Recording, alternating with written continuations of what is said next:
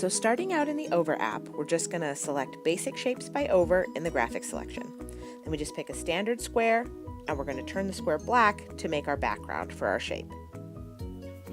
Once you have the black square, you're going to want to make sure that it fills the entire canvas, and then we can start selecting what shapes we want to use for the actual stamp. And here again, we're going to use the Basic Shapes by Over selection and pick whatever shape you like. In this example, I'm going to use a heart.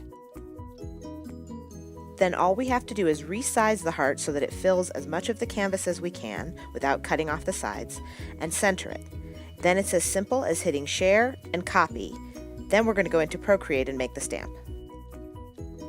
Once we're in Procreate, we can simply create a new brush, and in the shape source, we're going to hit Paste and paste in our heart.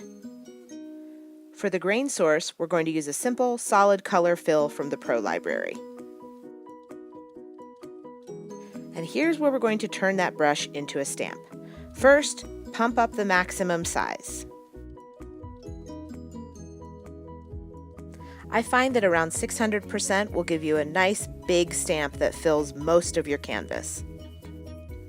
Then we're going to go into spacing and turn that all the way up to max. That's basically the difference between a regular brush and a stamp.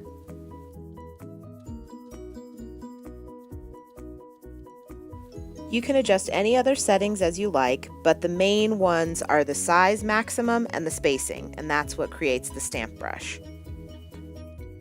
Once you've adjusted those settings, you're ready to go. You can adjust the size of your stamp brush using the standard slider on the sidebar, and you're all done with a brand new Basic Shape stamp brush.